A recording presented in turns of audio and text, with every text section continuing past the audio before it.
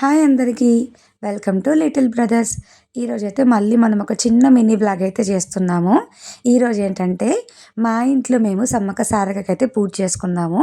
మేడారం వెళ్ళొచ్చాక నిన్న అమ్మ చేసుకుంది కదా, సో ఈరోజైతే మా ఇంట్లో అయితే మేము చేసుకున్నాం అనమాట.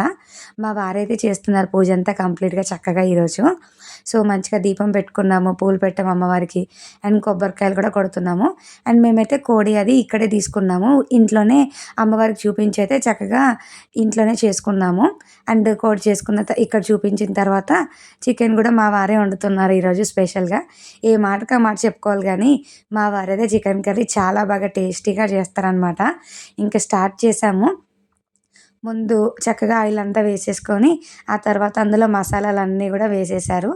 ఆ తర్వాత కొంచెం పచ్చిమిర్చి అండ్ ఆనియన్, కరివేపాకు ఇవన్నీ కూడా వేసుకున్న తర్వాత కొంచెం ఫ్రై అయ్యాక అందులో మళ్ళీ అల్లం వెల్లుల్లి పేస్ట్ అండ్ పసుపు, రుచికి తగ్గట్టుగా మనకి స్పైసీ ఉండాలంటే కొంచెం కారం అది వేసుకున్నారు.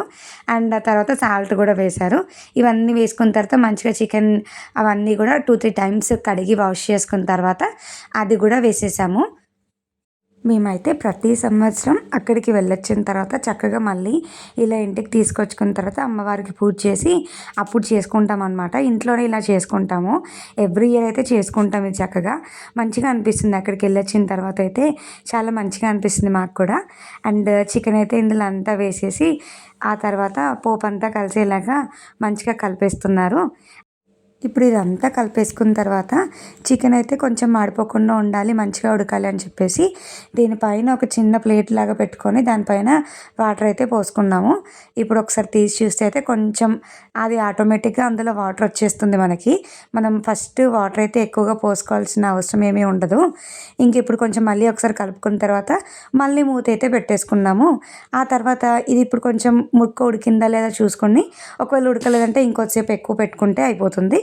ఒకవేళ ముక్క ఉడికేసుకుంది అంటే మనం మసాలాలు కానీ, ఇప్పుడు మేమైతే టమాటో వేసుకుంటున్నాం ఇందులో, ఇంకా ధనియాల పొడి కానీ ఇలాంటివి ఏమైనా ఉంటే అవన్నీ కూడా వేసుకుంటే కొంచెం సరిపోతుంది. అండ్ ఇలా వేసుకున్న తర్వాత ఇందులో కొంచెం ఇప్పుడు గ్రేవీ కోసం అయితే మనకు కావాలి అంటే ఇందులో వాటర్ కూడా యాడ్ చేసుకోవచ్చు. ఇప్పుడు ఆల్మోస్ట్ కంప్లీట్గా అయితే మనకి చికెన్ అయితే ఫ్రై అయిపోయింది. ఇప్పుడు ఇందులో ధనియాల పొడి అండ్ ఇంకా నూనెపల్లి పొడి ఇలా ఇంకేదైనా వేసుకునేది ఉంటే కూడా చికెన్ మసాలా ఇలాంటివన్నీ కూడా వేసుకోవచ్చు. ఇప్పుడు మళ్ళీ దానిపైనుంచి కొంచెం కొత్తిమీర అయితే అలా వేసుకొని దింపేసుకుంటున్నాం. ఇంకా అంతే, ఆల్మోస్ట్ చికెన్ కర్రీ అయితే రెడీ అయిపోయింది.